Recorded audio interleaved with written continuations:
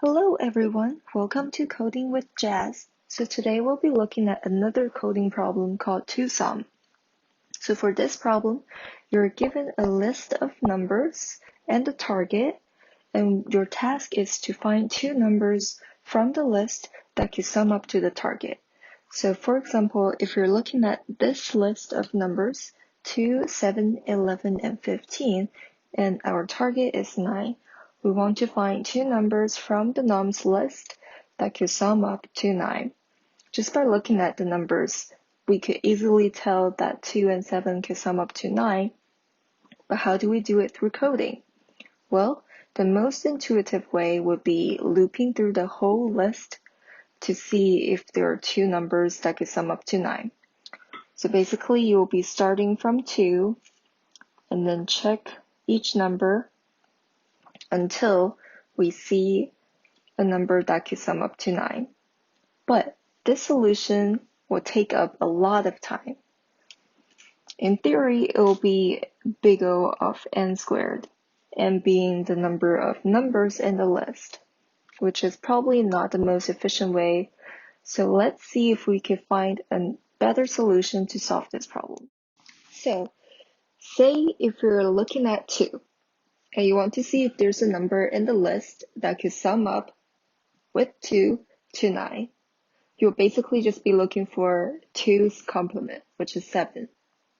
Once you have seen the complement, once you found the complement in the list, you just basically get that complement's index. And voila, you'll be done with this question.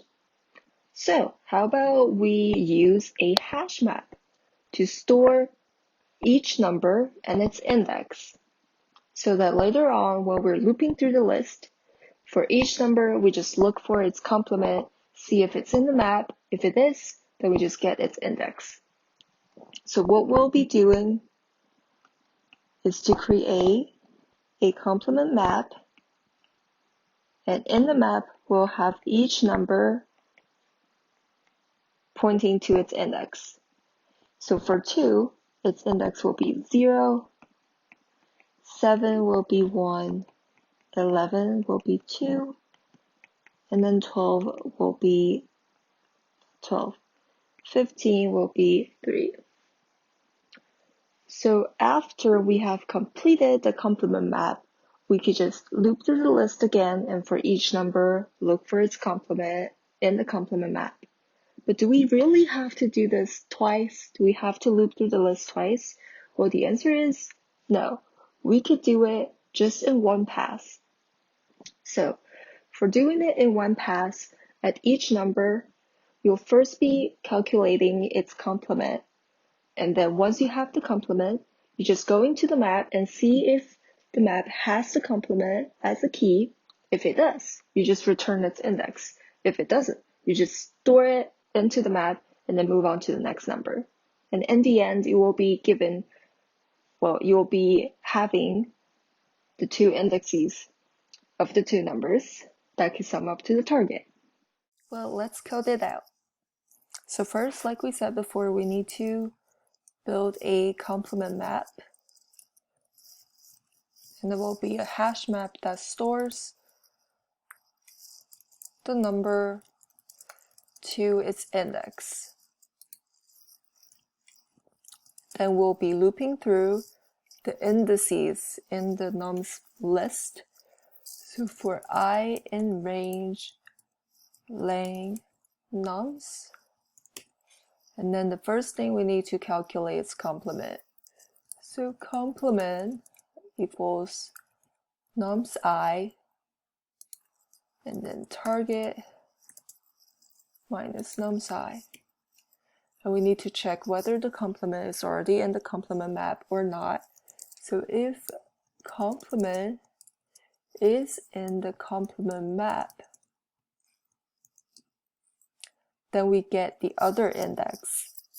So complement index will be complement map complement, which is the key, and we get its value. And then we basically just return it in the list. complement index, and the current I. So if it is not in the complement map, what we need to do is to add the current number and its index into the map. So complement map, current number is nums I, and its value will be its index. So let's test it out. Alright, hit submit, and voila. Let's look at the time complexity and space complexity. For this question, since we only loop through the whole list once, so the time complexity would just be big O of n. And also, getting the value from a hash map is big O of 1 time complexity. So in total, that would just be big O of n. For space complexity, we're building a complement map that stores all the numbers to its indices. So that will be another big O of n space complexity. And that's the only extra space that we're using.